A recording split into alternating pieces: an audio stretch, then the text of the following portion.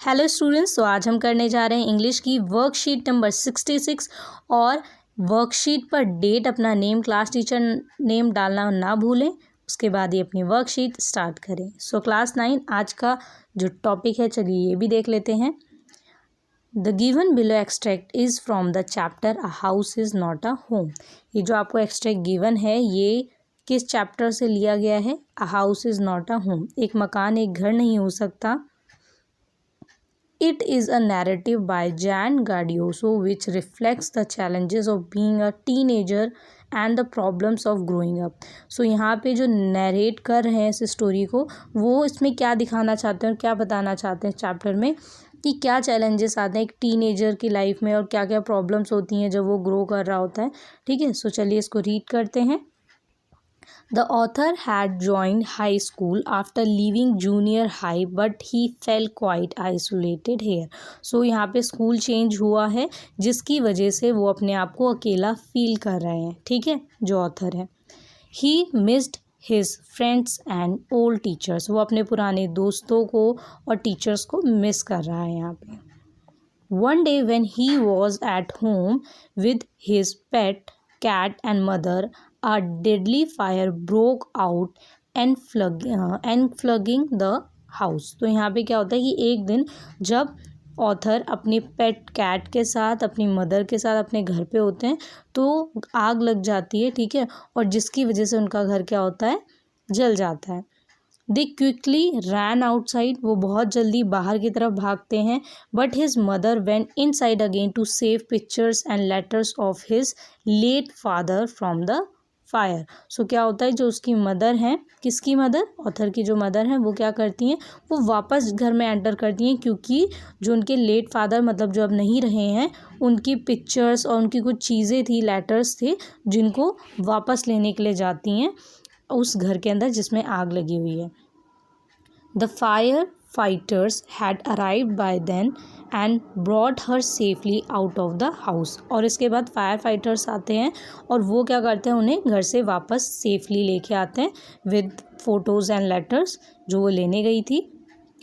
I ran over and hugged हर। वो author क्या बताते हैं कि मैं बहुत तेज़ से भागता हूँ और उनको गले लगा लेता हूँ।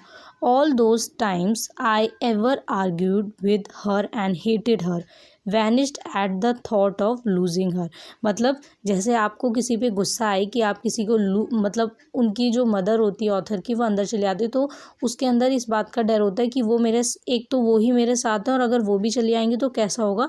तो इस बात का डर उनको सताने लगता है और वो बहुत तेज़ जाके उन्हें हक करते हैं। और जैसे आप भी झगड़ा करने लगे हैं कि क्यों गए तुम अंदर, क्यों गए, तुम्हें पता है ना फायर लग गई है।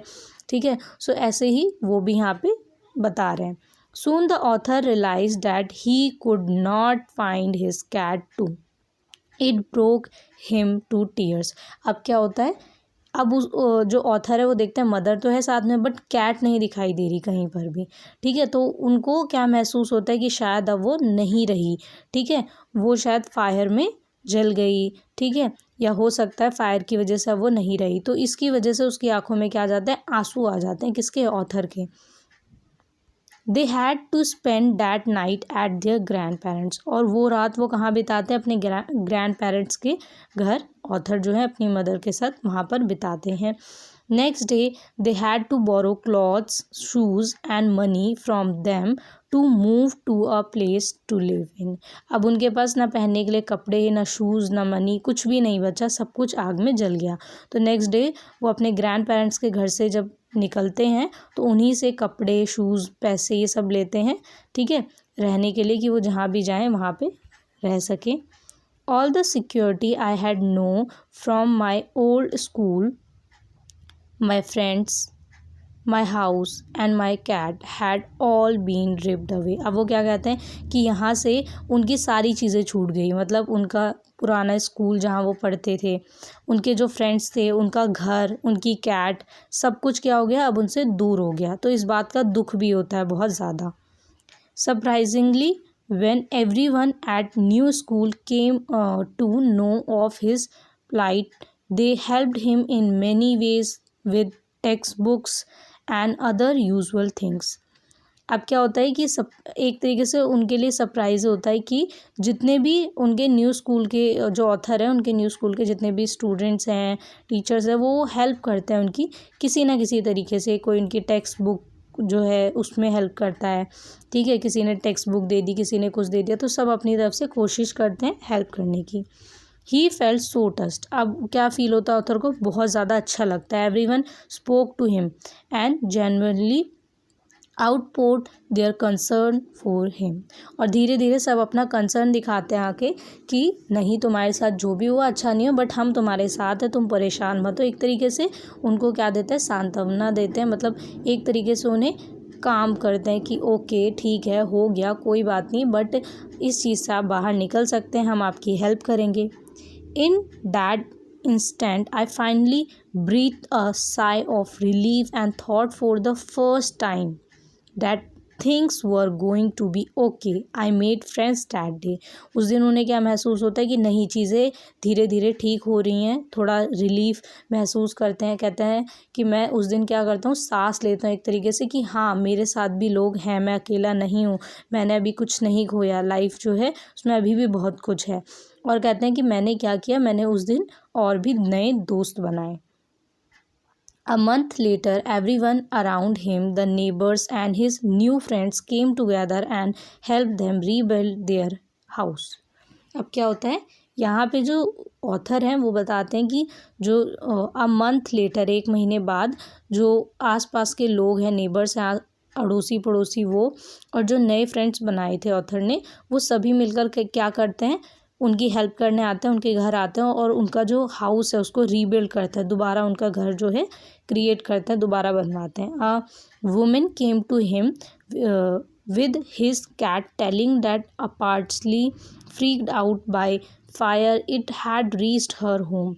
So यहाँ पे वो एक औरत आती है उनके घर और वो क्या कहती है ऑथर के, कि जिस दिन आग लगी थी उस दिन शायद ये कैट डर गई थी, ठीक है, तो ये वहाँ से निकल के कहाँ आ गई थी, उनके घर आ गई थी, अपने आप को एक तरीके से बचाने के लिए वो वहाँ जाके शायद छुप गई थी डर की वजह से, और उनके घर पहुंच गई थी। बाद में वो शायद ढूंढ के, उनका घर जब पता चलता है तो वो उसके पास वापस लेके आती है ऑथर के पास कि आपकी कैट है, ये डर की वजह से, फायर की वजह से जो है मेरे घर आ गई थी, तो वो वापस उसे दे के जाती हैं। As I said with my friends and my cat curled up in my lap, all the overwhelmed feelings of loss and tragedy seemed to diminish. So यहाँ पे क्या होता है, ऑथर कहते हैं कि जब मुझे नए दोस्त मिलते हैं, अब उनका घर बन गया, उनके नए दोस्त मिल गए हैं, ठीक है, तो यहाँ पे उनकी कैट भी वापस आ गई है।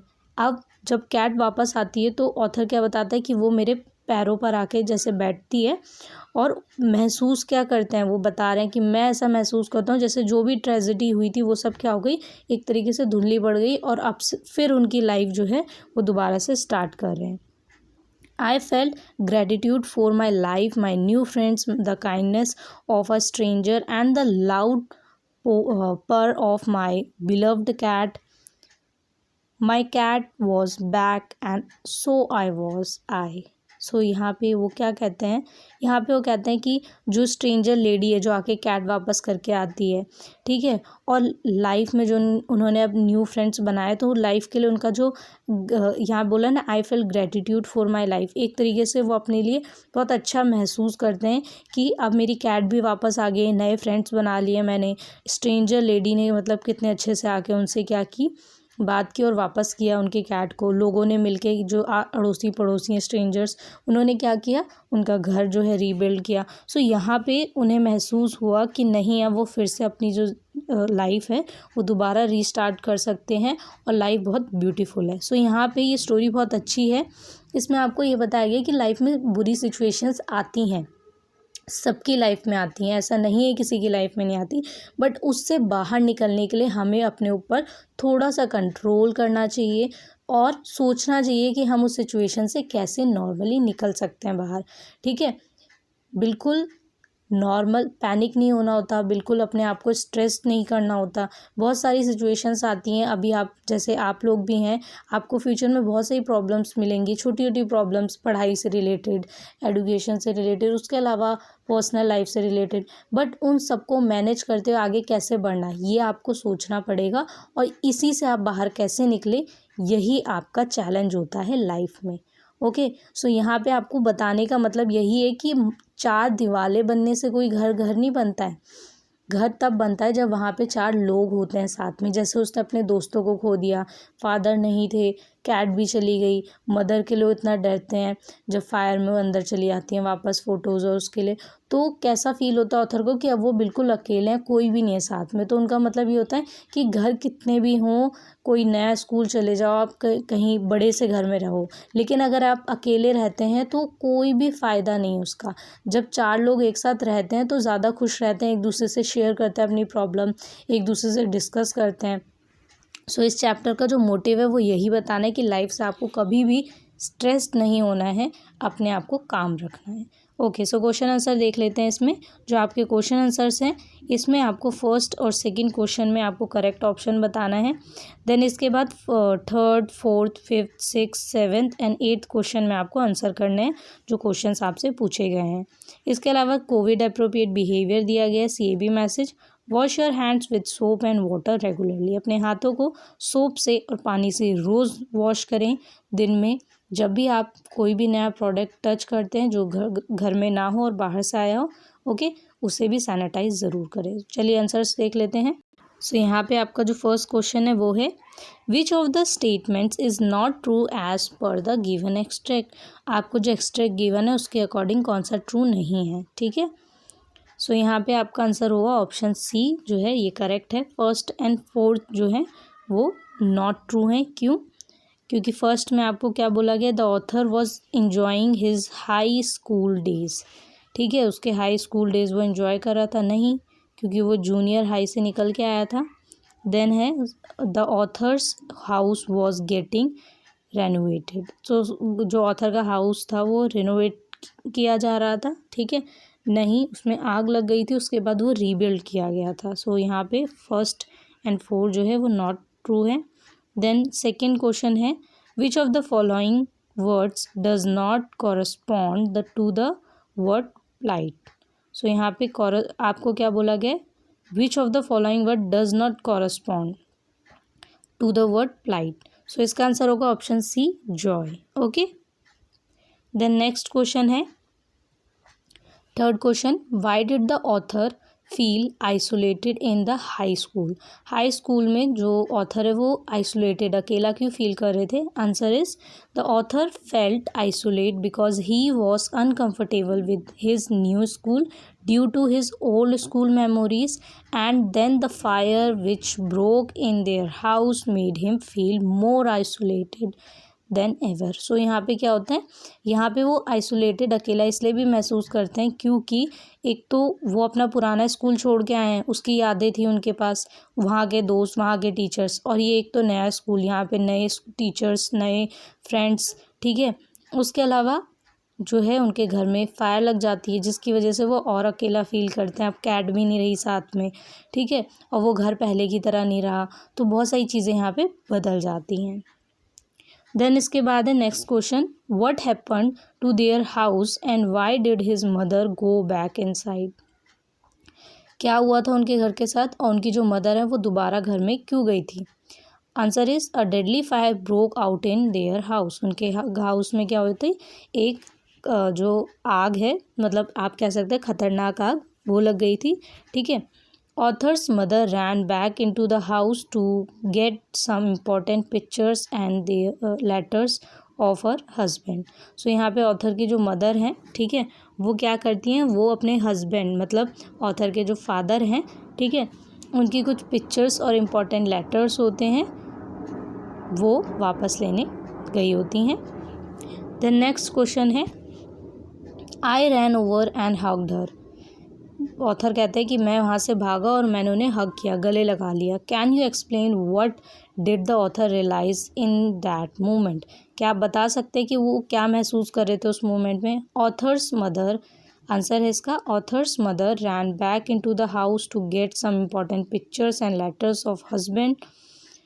For a moment author felt that he had lost his mother forever, but when she came back from the house he ran over and hugged her with love and affection. So यहाँ पे क्या होता है कि author को ये महसूस होता है कि अब उनकी मदर जो है वापस घर में गई हैं और उसमें फायर लगी है, तो शायद उन्होंने उन्हें खो दिया है हमेशा के लिए.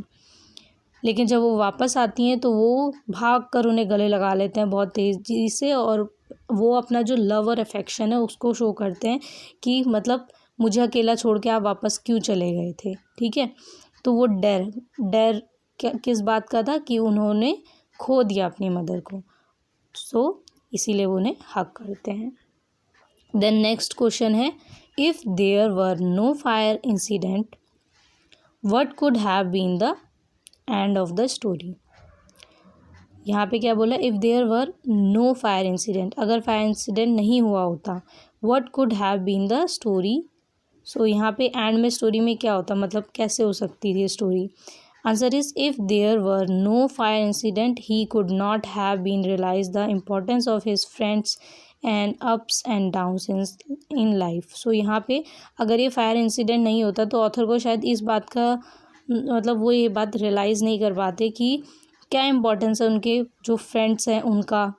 ठीक है, उसके अलावा उनकी लाइफ में जो वो लोग हैं जो बहुत ख़ास हैं, लाइक मदर, उनकी कैट, उनके फ्रेंड्स, उनका घर.